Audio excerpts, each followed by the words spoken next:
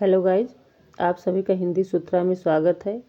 कैसे हैं आप लोग? उम्मीद है आप लोग स्वस्थ होंगे और अपने पढ़ाई में लगे हुए होंगे। तो हम लोग कर रहे हैं GIC lecturer KVS NVS TGT PGT Hindi का प्रैक्टिस सेट। 28 प्रैक्टिस सेट हम लोग कर चुके हैं। आज करेंगे 29वां प्रैक्टिस सेट। तो अगर आप लोग अभी तक हमारे चैनल को सब्सक्राइब नहीं किए हैं तो प्लीज़ हमारे चैनल को सब्सक्राइब कर लीजिएगा। बेल आइकन जो प्रेस करिएगा ताकि जब भी मैं नेक्स्ट वीडियो डालूँ तो नोटिफिकेशन सबसे पहले आप लोग के पास पहुँचे। तो ज़्यादा समय न लेते हुए अपने प्रश्नों की ओर चलते हैं। श्रुतिपुट पर्यायवाची शब्द है। श्रुतिपुट किसका पर्यायवाची शब्द है?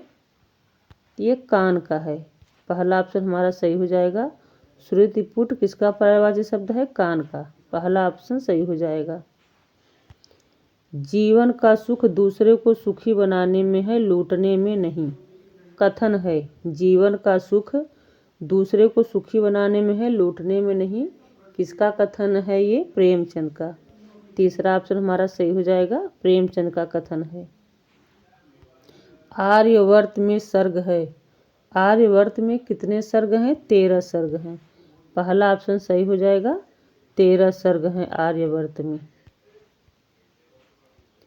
जयद्रथ वध कैसी रचना है? जयद्रथ वध रचना है तो कैसी रचना है? ये खंड काव्य है। दूसरा ऑप्शन सही हो जाएगा। खंड काव्य। जाग चेत कुछ करो उपाई आत्मकथा है। जाग चेत कुछ करो उपाई किसका आत्मकथा है? स्वदेश दीपक का है। नहीं, ये है मिथिलेश्वर का। मिथिलेश्वर का है। चौथा ऑप्शन सही हो जाएगा। जाग चेत कुछ करो उपाई आत्मकथा किसका है? मिथिलेश्वर का। चौथा ऑप्शन सही हो जाएगा। मिथिलेश्वर का है। धर्मवीर गांधी जीवनी के लेखक हैं। धर्मवीर गांधी जीवनी के लेखक कौन हैं? संपूर्णानंद। तीसरा ऑप्शन सही हो जाएगा। संपूर्णानंद है। लो हम घूम आए यात्रा वृत्तांत है। लो हम घूम आए किसका यात्रा वृत्तांत है? कृष्णा सोबती का। दूसरा ऑप्शन सही हो जाएगा। कृष्णा सोबती। जहाँ से उजास संस्मरण है। जहाँ से उजास किसका संस्मरण है? ये नीलाभ अस्क का। तीसरा ऑप्शन सही हो जाएगा। नीलाभ अस्क। पत्रों की छाँव में कृति है। पत्रों की छाँव में किसकी कृति है ये? तो पुष्पा भारती की है। तीसरा ऑप्शन सही हो जाएगा। पत्रों की छाँव में पुष्पा भारती की कृति है। मलयज की डायरी कितने खंडों में है? तो मलयज की डायरी 3 खंडों में है। तीसरा ऑप्शन हमारा सही हो जाएगा। 3 खंडों में है। आचार्य शुक्ल ने the modern vernacular literature of Hindustan को क्या कहा है? आचार्य शुक्ल ने the modern vernacular literature of Hindustan को क्या कहा है? बड़ा कवि वृत्त संग्रह कहा है। बड़ा कवि वृत्त संग्रह। दूसरा ऑप्शन सही हो जाएगा। बड़ा कवि वृत्त संग्रह। डॉक्टर राम कुमार वर्मा ने संपूर्ण ग्रंथ को कितने प्रकरणों में विभक्त किया है?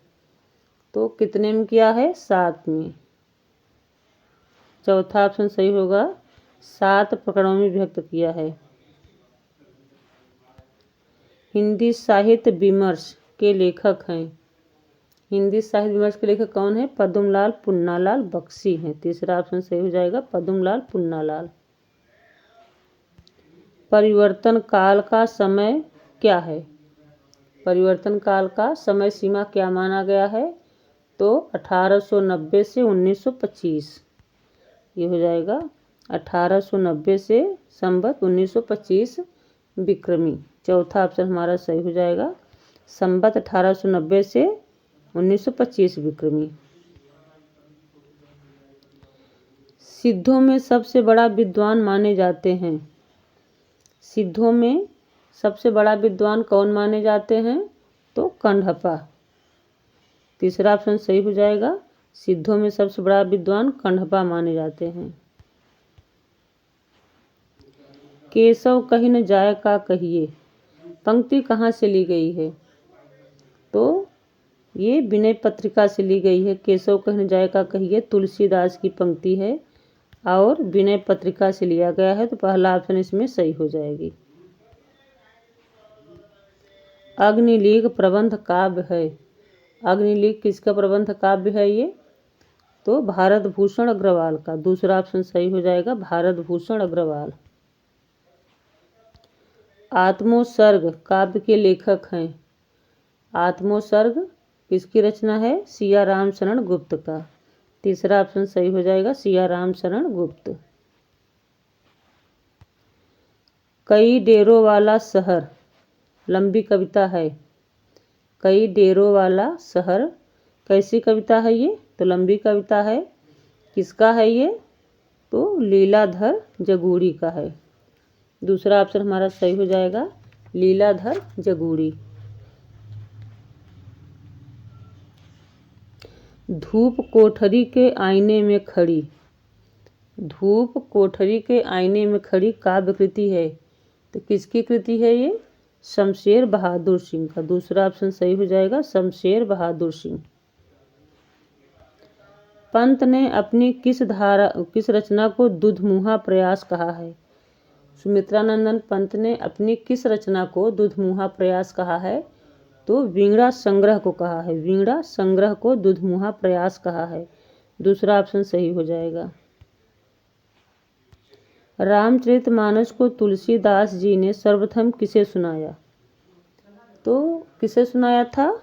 रसखान को। रामचरितमानस को तुलसीदास ने सर्वप्रथम रसखान को सुनाया था। चौथा ऑप्शन हमारा सही हो जाएगा, रसखान।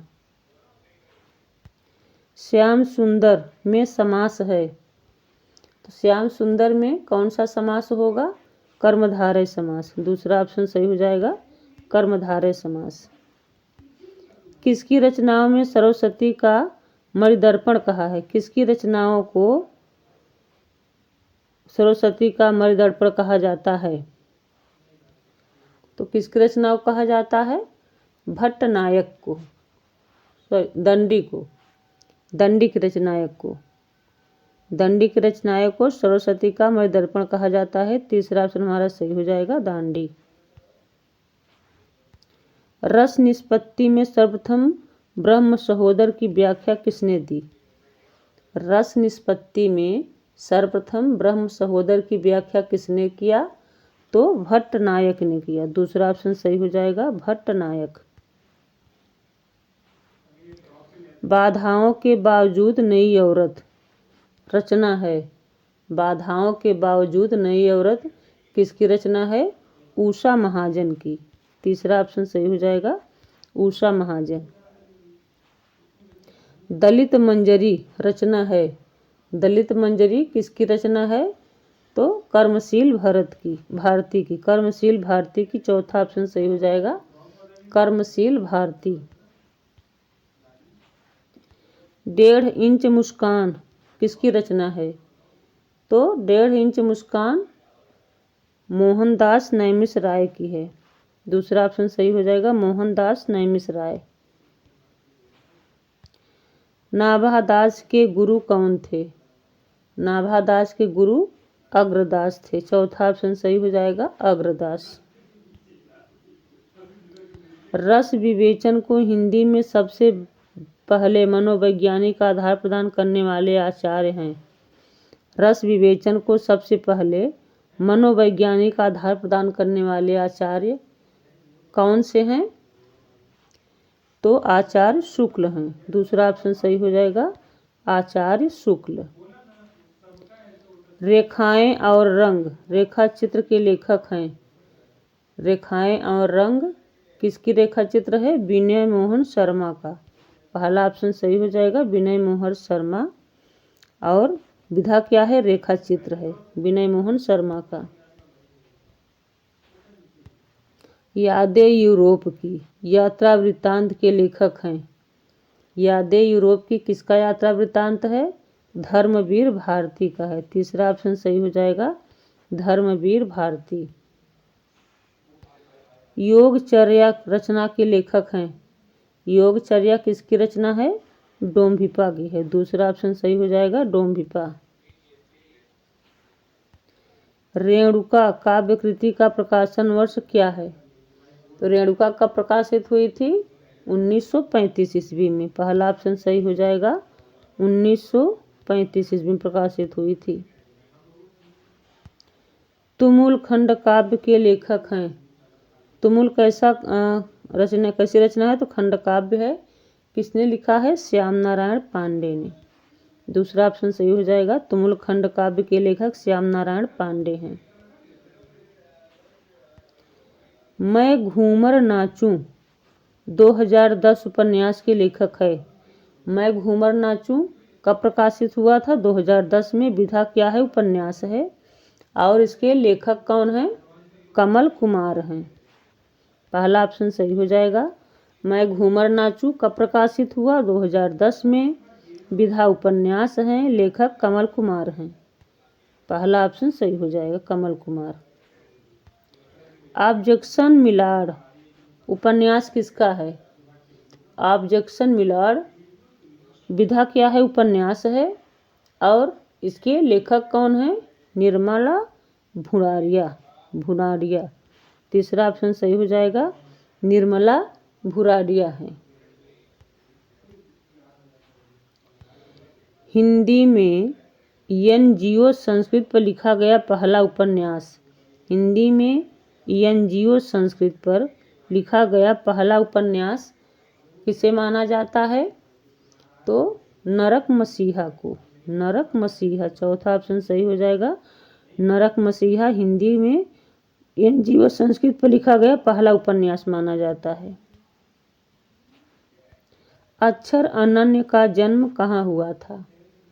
तो अक्षर अनन्य का जन्म सिनुहरा में हुआ था। सिनुहरा, पहला ऑप्शन सही हो जाएगा, सिनुहरा में हुआ था।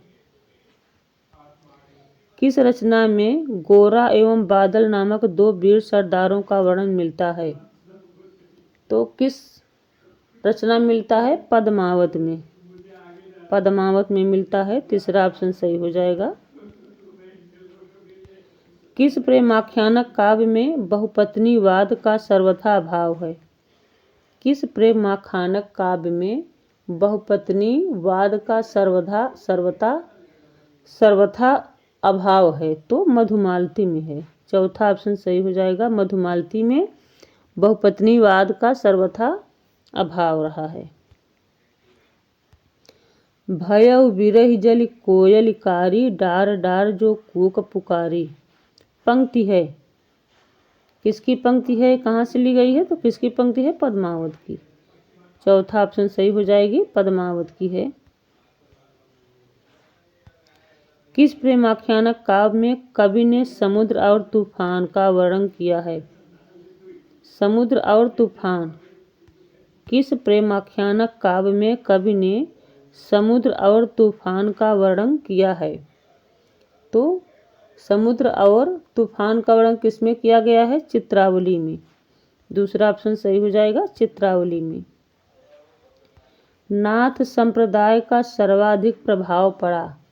नाथ संप्रदाय का सर्वाधिक किस पे प्रभाव पड़ा? तो संत साहित्य पे पड़ा। तीसरा ऑप्शन सही हो जाएगा, संत साहित्य। ब्रजनंदन जैनेन्द्र की किस कहानी का पात्र है? ये ब्रजनंदन जैनेन्द्र की किस कहानी का पात्र है? तो जाह्नवी का है। चौथा ऑप्शन सही हो जाएगा, ब्रजनंदन जाह्नवी कहानी का पात्र है, जो कि जैनेन्द्र द्वारा लिखी गई है।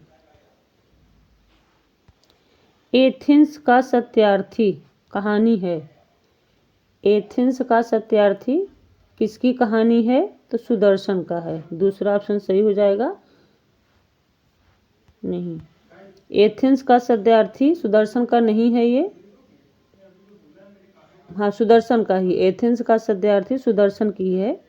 दूसरा ऑप्शन सही हो जाएगा, सुदर्शन का कहानी है। एथेंस का सत्यार्थी सुदर्शन की कहानी है। दूसरा ऑप्शन सही हो जाएगा, सुदर्शन।